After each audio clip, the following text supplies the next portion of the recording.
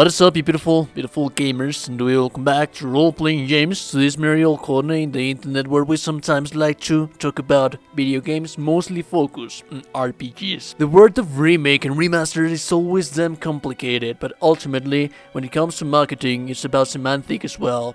The company can save their skin at some extent by branding their product with a specific title like remake or remaster. In this scenario, Nier is said not to be a remaster nor a remake, but rather an upgraded version of the original Nier.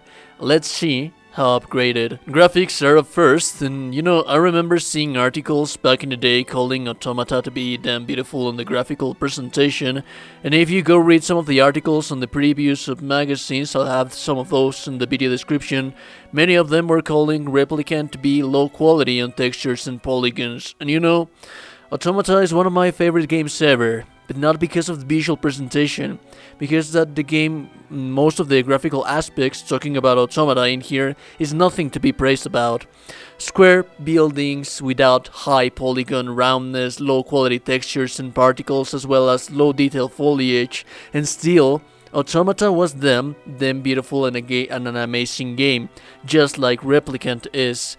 You can see a whole lot of Automata in Replicant. One more noticeable upgrade is of course the character models, especially the protagonists, round, soft, smooth, with sharp details in the clothes. Them gorgeous to look at, and one aspect that they are using to make the game more appealing to the eye is the bloom with illumination. In some areas, like inside buildings with the sun entering through the windows, light is not necessarily natural. The level of bloom is highly popped up in here, and somehow it fits the vibe and overall art direction of Replicant, giving this kind of fantasy and hopeful sense to it, hopeful sense in a bleak, grey and dreary world that doesn't necessarily loses the color always. There's many areas that while the dreary grayness is still reigning on the color palette of the game, there's some times that and bits where the saturation is popped up, to me, to resemble and keep the building of hopefulness in this sad world of Nier. Fog handle is excellently done, the skyboxes, while static, them beautiful as well. Sadly though, there's not major leverage for current gen consoles. This review is being run at a 1080p 60 FPS and an Xbox Series X, although I highly doubt that a 4K would have done that much to make shine the humble texture detail Replicant has. Let's move on to sound.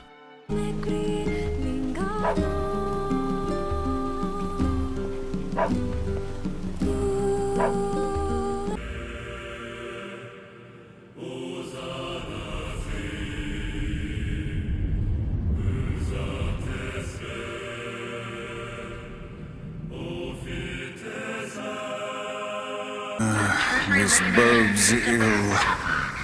It appears that only machines remain in this infernal place. What's going on? Soundtrack in Nier is them versatile, never gives you the chance to get comfortable in a specific style, and somehow they manage to ensemble it in a way that even though it's constantly changing, it never loses the track of the pipeline that it's supposed to be sounding like. At times you have high predominance on chords, then you move to high percussions and later to ecclesiastic choruses that then are changed by melodic singing. Like I said, Nier never gives you a zone of comfort, but it never loses the track either. The overall feeling you get is the same as all the narrative building in every single aspect. Graphics can be a form of narrative, voice acting as well, and also writing and soundtrack. The voices of characters hold the same greatness, but soft, innocent, calm and hopeful manner of speaking, and I'm talking about the NPCs and villagers. And this might be a personal bias, so don't mind it that much, but damn how I love to hear Wise talking to me while I explore the world and do side activities. Voice acting is just a treat to your ear. The ambient sounds, well, they do their job, and the 3D sounds actually advise you when you have specific enemies behind you. They're always shadowed by the marvelous soundtrack of the game. That's a personal bias, but I just love the soundtrack of the game. Most of the time, what you're gonna be paying attention is to the music, that actually realizing that there's in fact ambient sounds. And moving on to the main narrative line, the story. In Replicant and in the future, Nier's a mercenary boy that lost his mother some time ago and has to take care of his sister while he finds some way to cure the mortal disease that she has.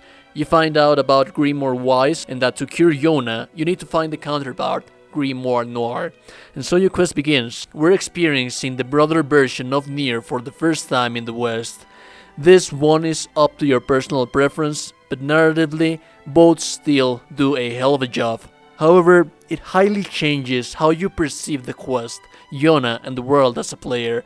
I remember Father Nier feeling much more desperation while trying to help his daughter. The voice acting and the tone the writing has much more despair, impotency. There's nothing a father would give up for his child. On the other hand, we have Brother Nier feels a little, and it sounds a little bit more lively, naive, hopeful, yet as time passes by and the character grows, it helps to give this roundness that Father Nier wouldn't experience due to the linearity of his motives. The overall writing of the whole world around you is made on this duality.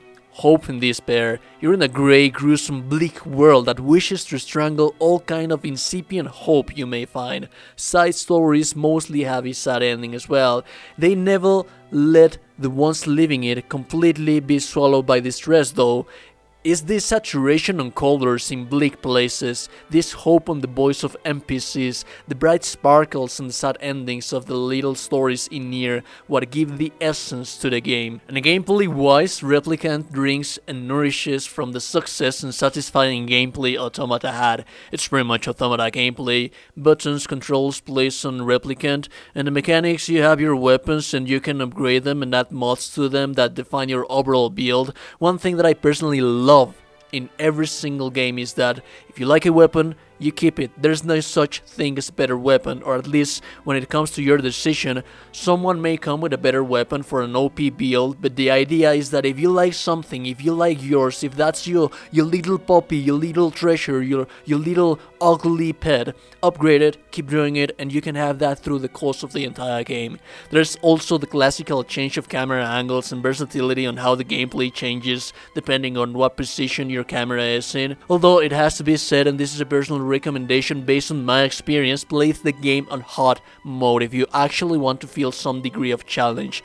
Parries are way too easy to pull off and you have so many healing, attack, defensive items as well as tweaks and mods to alter your builds with magic, skills and weapons, but you never feel the need to use them strategically by playing in normal mode. It's just way too easy, so I would say it's best to experience on hard, but that's just me, dude. Now that being said, I usually break down the game so you know everything it has to offer to you and what it doesn't without leaning on whether do I like something or not, so that you form your very own choice on whether to spend your bucks on the game or not. I actually add my personal opinions sometimes here and there, but I call them out.